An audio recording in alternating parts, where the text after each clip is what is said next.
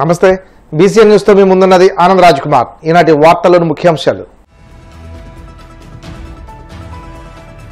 కాకినాడ జిల్లాపై మొంతా తుఫాను ప్రభావం. కాకినాడ కలెక్టర్ కార్యాలయంలో అధికారులు ప్రజాప్రతినిధులతో జిల్లా ఇన్ఛార్జి మంత్రి నారాయణ సమీక్ష. రాష్ట్రానికి పొంచి ఉన్న మొంతా తుఫాను ప్రమాదం, విపత్తుల నివారణపై మంత్రి అనిత ఉన్నత స్థాయి సమీక్ష. అధికారులంతా అప్రమత్తంగా ఉండాలని ఆదేశం.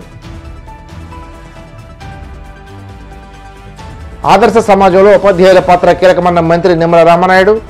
ధర్మరావు ఫౌండేషన్ ద్వారా ఉచితంగా డిఎస్సి శిక్షణ పొంది ఉద్యోగాలు సాధించిన 40 మందికి సత్కారం.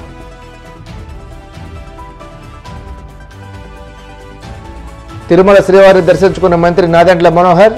ఆలయ మర్యాదలతో స్వాగతం పలికిన అధికారులు.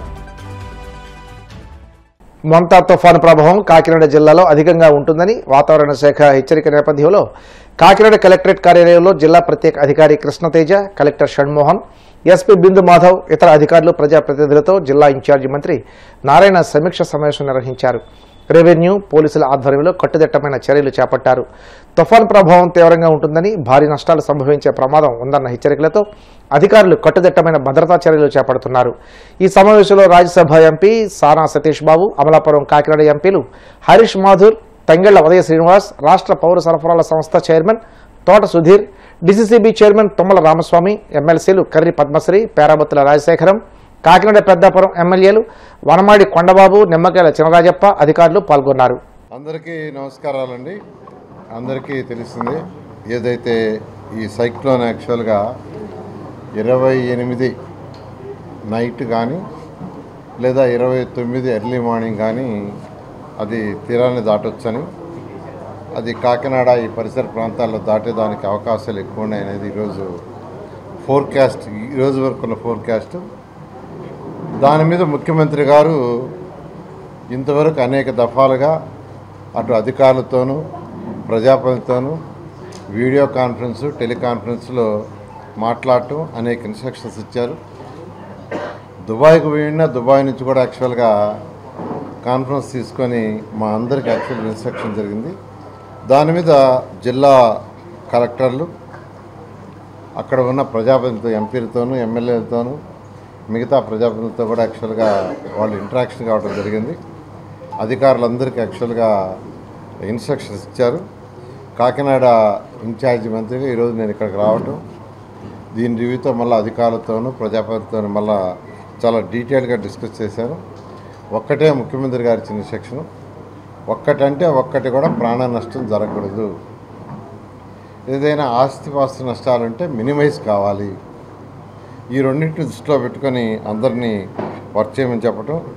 దాని మీద ఈరోజు మనకున్న అనేక మీడియా వ్యవస్థలు, మీ యొక్క ఛానల్స్ ద్వారా కావచ్చు, సోషల్ మీడియా ద్వారా కావచ్చు, న్యూస్ పేపర్ ద్వారా కావచ్చు, ఎప్పటికప్పుడు ప్రజలకి ఆ తుఫాన్ యొక్క మూమెంట్ని తెలియజేసే విధంగా వ్యవస్థను కూడా క్రియేట్ చేయడం జరిగింది.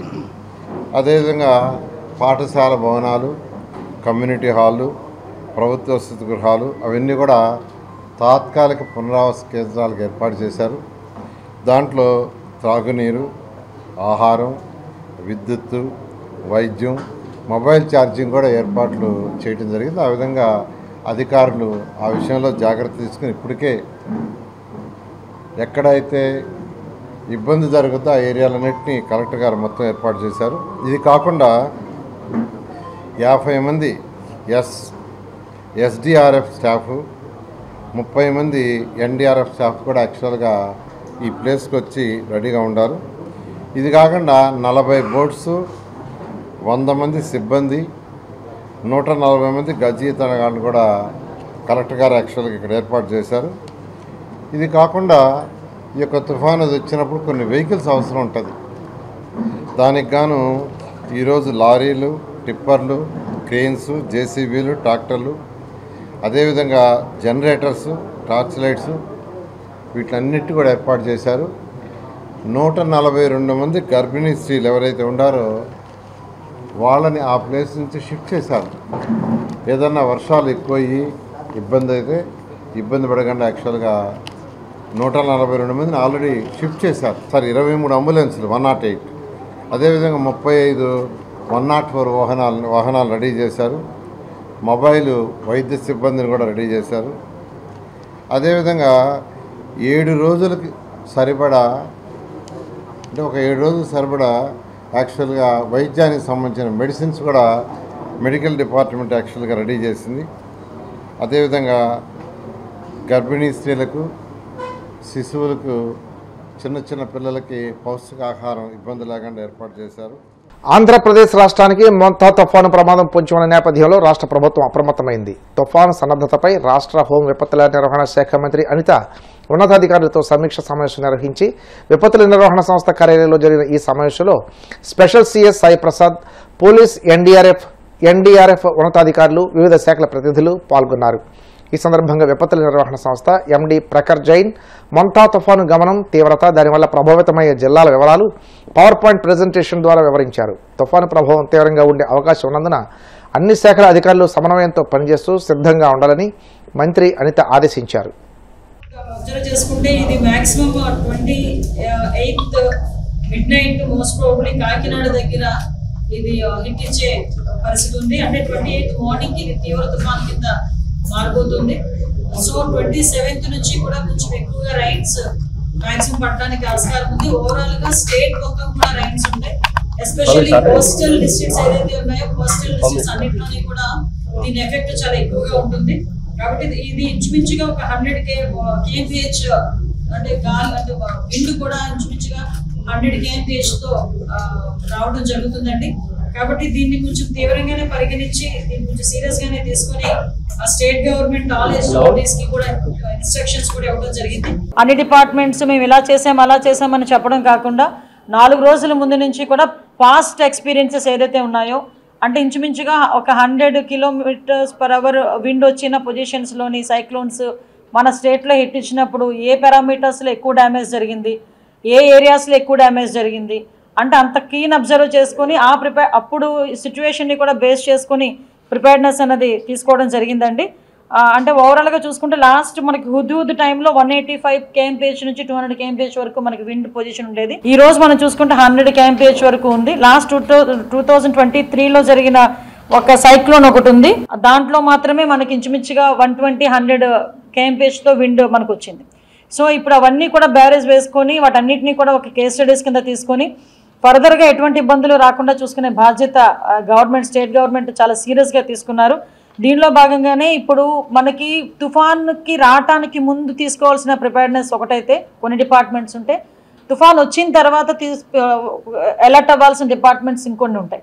సో వాటిని అన్నింటినీ కూడా డివైడ్ చేసుకొని ఓవరాల్గా ఇక్కడ మనకి డిజాస్టర్ మేనేజ్మెంట్ ఆఫీస్లోనే 27th, 28th, 29th 3 రోజులు కూడా కన్సర్న్ ఆఫీసర్స్ని ఇక్కడ మేము 24/7 లైజనింగ్ ఆఫీసర్స్ని కూడా ఇక్కడ ఏర్పాటు చేసుకోవడం జరుగుతుంది. ఈరోజు సుమారుగా అన్ని డిపార్ట్మెంట్ వాళ్ళతో కూడా ఇక్కడ మేము ఒక మీటింగ్ అరేంజ్ చేసుకున్నాం. ఇక్కడ సహాయక చర్యలు తీసుకునే దానిలో భాగంగా ఇప్పుడు ఎన్డీఆర్ఎఫ్ టీమ్స్ని సుమారుగా ఒక 6 ఎన్డీఆర్ఎఫ్ టీమ్స్ని, అదేవిధంగా ఎస్డీఆర్ఎఫ్ టీమ్స్ని దగ్గర మనకి 13 ఎస్డీఆర్ఎఫ్ టీమ్స్ని అంటే రిజర్వ్లో ఉన్న వాటిలన్నింటినీ కూడా కలుపుకొని దగ్గర 13 ఎస్డీఆర్ఎఫ్ టీమ్స్ని, ఒక్కొక్క ఎన్డీఆర్ఎఫ్ టీమ్ ఎస్డీఆర్ఎఫ్ టీంలో 30 మంది టీమ్ మెంబర్స్ కూడా ఉంటారు. వాళ్ళు ఫుల్ ఎక్విప్మెంట్స్తో వాళ్ళందరినీ కూడా ఆల్రెడీ డిప్లాయ్ చేయడం జరుగుతుంది. ఏరియాస్ని ఐడెంటిఫై చేసుకొని డిప్లాయ్ చేయడం జరుగుతుంది. ఓవరాల్గా ఎన్ని రిలీఫ్ క్యాంప్స్ అని ఏర్పాటు చేయాలి అవన్నీ కూడా కలెక్టర్స్ అందరికీ కూడా ఇన్స్ట్రక్షన్స్ ఇవ్వడం జరిగింది. కలెక్టర్స్తో పాటు ఈరోజు ఒక్కొక్క స్పెషల్ ఆఫీసర్స్ని, నోడల్ ఆఫీసర్స్ని కూడా ఐఏఎస్ ర్యాంక్ ఆఫీసర్స్ని అక్కడికి వేయటం జరిగిందండి. సో వాళ్ళందరూ కూడా ఆ జిల్లాలకు చేరుకొని ఆ జిల్లాల దగ్గర నుంచి ప్రిపేర్డ్నెస్ని చెక్ చేసుకోవటం, ఆ రిలీఫ్ క్యాంప్స్ ఎలా ఉన్నాయి, రిలీఫ్ క్యాంప్స్లో ఫెసిలిటీస్ ఎలా ఉన్నాయి, రిలీఫ్ క్యాంప్స్లో వాళ్ళకి ఫుడ్ దగ్గర నుంచి శానిటేషన్ దగ్గర నుంచి వాటర్ సప్లై వరకు ప్రతిదీ కూడా వాళ్ళకి పిన్ టు పిన్ అబ్జర్వ్ చేసుకొని వాళ్ళ ఎవరికి ఎటువంటి ఇబ్బంది లేకుండా, పబ్లిక్ ఎటువంటి ఇబ్బంది లేకుండా చూసుకునే బాధ్యత కూడా తీసుకుంటున్నాం.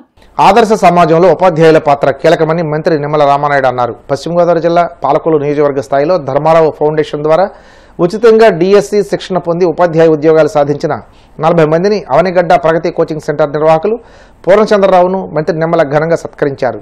స్థానిక లయన్స్ క్లబ్ భవనంలో జరిగిన కార్యక్రమంలో మంత్రి మాట్లాడుతూ తన జీవితంలో ఇంత మంచి రోజును మరువలేనన్నారు. తన తండ్రి ధర్మారావు పేరుతో ఏర్పాటు చేసిన ఫౌండేషన్ ద్వారా డిఎస్సి అభ్యర్థులకు ఉచితంగా శిక్షణ అందజేసిన వారిలో 40 మంది ఉపాధ్యాయ ఉద్యోగాలు సాధించడం గర్వకారణమన్నారు. ఈ మహాయజ్ఞంలో విజయవంతం కావడానికి కృషి చేసిన అందరికీ పేరున కృతజ్ఞతలు, ఉద్యోగాలు సాధించిన వారికి అభినందనలు తెలిపారు.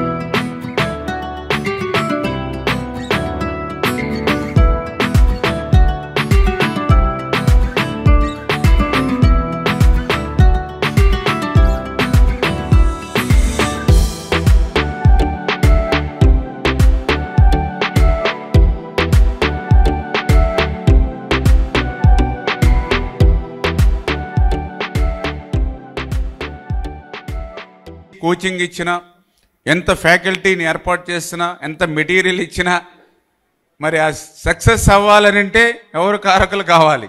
విద్యార్థులు. ఎందుకంటే మనకు కూడా శాస్త్రం ఉంటుంది, గుర్రాన్ని చెరువు దగ్గరికి అంటే తీసుకెళ్ళచ్చు, కానీ నీళ్లు తాగించలేము మనం దాంతో.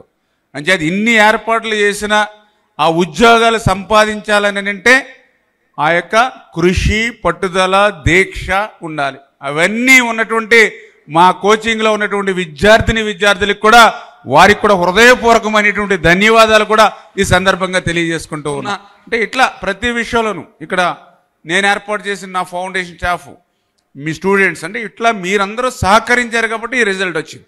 అంచేతే మీరు ఇప్పుడు మాట్లాడినట్లుగా ఇదేదో నేను ఒక్కడనే ఉద్ధరించింది కాదు, ఖచ్చితంగా ఇది సాధించగలిగారంటే ఇట్లా టీం వర్క్ మీరందరూ చేశారు. మీరు ఎవరు నాకు చెప్పినా నాకు కాదు. ఈ ధన్యవాదాలు, ఈ థ్యాంక్స్ ఇదంతా కూడా మీ అందరికే తెలియజేస్తానని చెప్పి సభాపూర్వకంగా మీ అందరికి కూడా తెలియజేసుకుంటూ, ఎందుకంటే మాకంటే మా స్టేజ్ మీద ఉన్నటువంటి మా నాయకుల కంటే మీరు బాగా మాట్లాడుతూ ఉన్నారు. అంచేత వీళ్ళు టీచర్ కంటే పాలిటిక్స్లోకి వస్తే కొంచెం సమాజం బాగుపడేటువంటి విధంగా ఉంటుంది. ఎందుకంటే టీచర్ అంటే మీరు 100 మందినో 1000 మందినో మార్చొచ్చు, పొలిటికల్గా ఉంటే ఇంకా ఎక్కువ సమాజానికి సేవ చేయొచ్చు, ఇంకా రాష్ట్రానికి ఎక్కువ సేవ చేయొచ్చు, దేశానికి ఎక్కువ సేవ చేయొచ్చు. అంచేత ఇప్పుడు మీరు మాట్లాడిన తీరు, మీ సిస్టమ్ ఇవన్నీ చూస్తే మీరు టీచర్స్ కంటే కూడా మా పొలిటికల్ లైన్లో కూడా వస్తే ఇంకా సమాజానికి ఎక్కువ సేవ చేయగలుగుతారేమో అని అనిపించింది. అంచేత ఇంత బ్రహ్మాండంగా మాట్లాడి ఇంత మైండ్ మెచ్యూరిటీతో ఈరోజు మీరు ఉన్నారని అంటే నాకు అనిపించింది 100కి 100% మెచ్యూరిటీ ఉంది కాబట్టే ఆ రకంగా వీళ్ళు సెలెక్ట్ అవ్వగలిగారు. ఇన్ని లక్షల మంది పరీక్షలు రాసినా కూడా సెలెక్ట్ అయ్యారని అంటే ఆ ప్రతిభ మీలో ఉంది అనే విషయాన్ని, మల్టిపుల్ టాలెంట్ ఉంది. ఒక పుస్తకం చూసి చెప్పడమే కాదు, అనర్గళంగా మైక్ ముందు మాట్లాడుంటే మొంతా తుఫాను ప్రభావంతో పశ్చిమ గోదావరి జిల్లా నరసాపురం సముద్ర తీరం అల్లకల్లోలంగా మారింది. మొగల్తూరు మండలం, పేరుపాలెం, నరసాపురం మండలం పిఎం లంక వద్ద అలలు ఎగసిపడుతున్నాయి. పేరుపాలెం బీచ్ పోలీసులు మూసివేశారు. బీచ్లో అవుట్ పోస్ట్ ఏర్పాటు చేశారు. పిఎం లంక సముద్ర తీరం వద్ద కూడా ఎవరిని అనుమతించడం లేదు. ఈ 2 మండలాల్లో ప్రస్తుతానికి 16 పునరావాస కేంద్రాలు ఏర్పాటు చేశారు. ఈరోజు సాయంత్రం సముద్ర తీరాన నివాసం ఉంటున్న ప్రజల్ని పునరావాస కేంద్రాలకు తరలించేందుకు అధికారులు సన్నాహాలు చేస్తున్నారు. ఇప్పటికే అన్ని పునరావాస కేంద్రాల వద్ద ప్రత్యేక అధికారులు నియమించి మెడికల్ క్యాంపులు ఏర్పాటు చేశారు. ప్రభుత్వం నియమించిన స్పెషల్ ఆఫీసర్ ప్రసన్న వెంకటేష్ జిల్లా అధికారులతో పరిస్థితిని ఎప్పటికప్పుడు సమీక్షిస్తున్నారు.